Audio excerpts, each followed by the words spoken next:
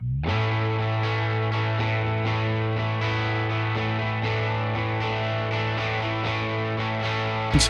what does the research say about the link between hearing loss, tinnitus, and cognitive decline or dementia? Yeah, I'm really glad that you brought this up. So one of the points I wanted to mention was that hearing loss has been identified as one of the most significant modifiable risk factors for dementia. And if there's one thing that the Aging Well podcast can focus on, in my opinion, it's cognitive function. I speak with a lot of patients who are in the 50 to 70-year-old range. And the one thing that motivates them more than anything else is keeping their brain healthy. And I want to touch on the data I have, but I'm actually curious to get your thoughts on this particular subject, like cognition. How common of a theme is that here on your podcast? And I'd love to hear your thoughts on the importance of it.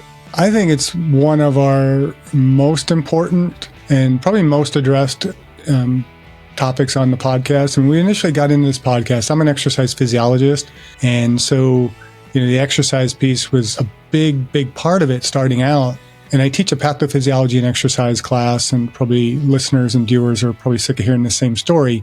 But over the first years of teaching that course, I very quickly recognized that if we want to minimize the risk of sickness and illness, disease, and have better longevity, it was exercise, eat a healthy diet, maintain a healthy body composition, and don't smoke. And over the course of the last year, talking to more and more experts and physicians and people, really dealing with brain health and longevity, I came to realize that sleep was a very critical factor in that and how that impacted brain health. And then from there, we also kind of added into our pillars the idea of purposeful social connections and how those all work together to affect the brain. And I think over the last probably season and a half, maybe 2 seasons, brain health has become a very significant component of the Aging Well podcast. Because again, if we can't function cognitively, it doesn't matter how much muscle you have, what your cardiovascular health is, your life is going to go downhill. And so brain health is probably one of the most important aspects of aging well. And it begs the question, well, what is controllable with dementia? Because what research has found is there's some genetic components. However, there's also some lifestyle components. And that term I'm going to discuss here is modifiable risk factor. So smoking is a good example where you don't have to smoke. That's a risk factor for lung disease, for cancer, et cetera, heart disease. And for dementia, researchers have studied, well, what can people actually do to prevent it? And there's some interesting data that came out. So there was a 2020 Lancet commission that reported that addressing hearing loss could prevent up to 9% of dementia cases globally, surpassing other factors like hypertension and smoking. If you look at the list of the modifiable risk factors for dementia, hearing loss is one of the top ones, and specifically treating the hearing loss. So for people, that means getting a hearing test. And if you're recommended to try hearing treatment, which most commonly are hearing aids for your communication, then you should do it. And what you shared earlier, the social component, that's the biggest thread that runs through this research, that when people are more connected to their family and friends, when they have a more robust social life, when they're engaging in communication, that's good for our cognition, also our mental health, also our stress. So it all, that's one thing that's in our control. Now, Jeff, how could you communicate well and be engaged with your social environment if you can't actually hear them, if you're missing words? Sometimes patients with hearing loss, they say, I don't like going out to the restaurant because I can't hear anyone. It's stressful. I don't really like going out. I'm just going to stay at home. And you can see how those kinds of maladaptive behaviors end up creating a situation where someone with untreated hearing loss has a higher risk for cognitive issues. Yeah, I was thinking about that as you were going through all that if we want to be socially engaged, but we can't hear people, we tend to withdraw a lot more. And people who have hearing loss are not going to be as engaged with their communities as they could be. And also I'll add that it's not simply hearing, because I think a lot of people would say, oh, I hear okay. It's just sometimes it's hard to hear. There's a lot of listening effort that goes into that, and it takes some of our cognitive resources when it's so hard to understand what people are saying, like a situation of a restaurant or, your grandson's birthday party where a lot of people talking, lots of background noise, you're putting in a lot of listening effort. So that also plays a part here. Yeah, and that's hard enough in public with good hearing.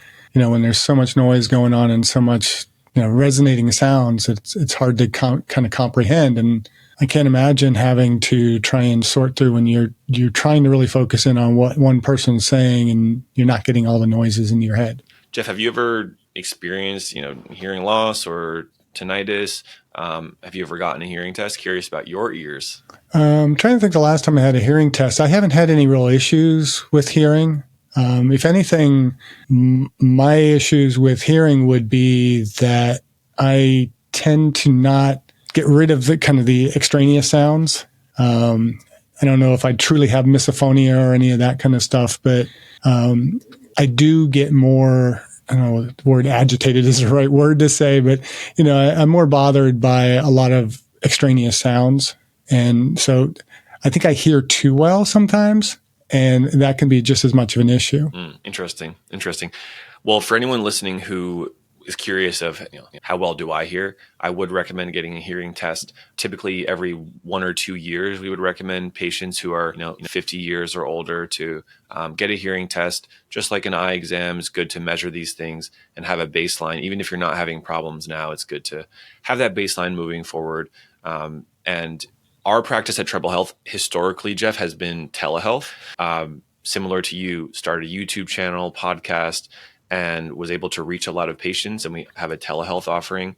But in the second half of 2025 and beyond, we're actually opening physical brick and mortar clinics for tinnitus and for hearing treatment in Northern California, South Florida, and more to come. So yeah, I would just encourage folks to measure their hearing and take control of their health in that regard. And we'll have links to connect all that, in the description of the podcast. But so you can actually identify hearing loss issues and all that remotely? Yeah, the hearing test component would happen in person. Okay. Some of the treatment can happen remotely, whether for tinnitus or hearing. And so you've kind of addressed this a little bit already, but why is it so important to treat tinnitus or hearing loss early rather than just living with it? Absolutely. So for tinnitus, what I typically recommend, if someone has it and it's really bad or it's bothering them, then give it a little bit of time to see if it gets better on its own. Use some self-help tools like certain kinds of sound therapy or some basic cognitive behavioral strategies. Get your sleep in the best order that you can. Try to not be so affected by anxiety or stress response from the tinnitus sound, and put things in order. However, if that's not really working and you're still struggling, that would be the right time to go to a professional. I've seen it really change people's lives in the sense that they come to me very anxious, stressed, they're not sleeping well, they're noticing their energy is lower, their relationships at home with their spouse or their family are not what they used to be. This invisible sound is really taking a toll on them. So the quality of life benefits are very clear. If you can get those things in a much better place, that makes people happier. It makes people more connected. So try to do that and take that seriously. I do have another mention. There was something called the Achieve study that looked at how hearing loss can significantly slow cognitive decline. So that Achieve study revealed that among older adults at an increased risk for cognitive decline, those who received hearing aids with an audiologist like myself, those individuals experienced a 48% reduction in the rate of cognitive decline over 3 years compared to those who did not receive hearing aids. So it's painting a clear picture here of, okay, first you have to identify, do you have this condition, hearing loss? And then if so, there's research to support getting it treated properly is very beneficial for your brain, so that as you're keeping your body healthy over the years, your mind can stay with it. We don't want a situation where the body's still going, but the mind has faded. And that's really, a sad reality that many of us have family or friends of friends who experience cognitive decline. So you mentioned a few things that people can begin to do themselves to kind of treat if they're kind of seeing the early signs of tinnitus.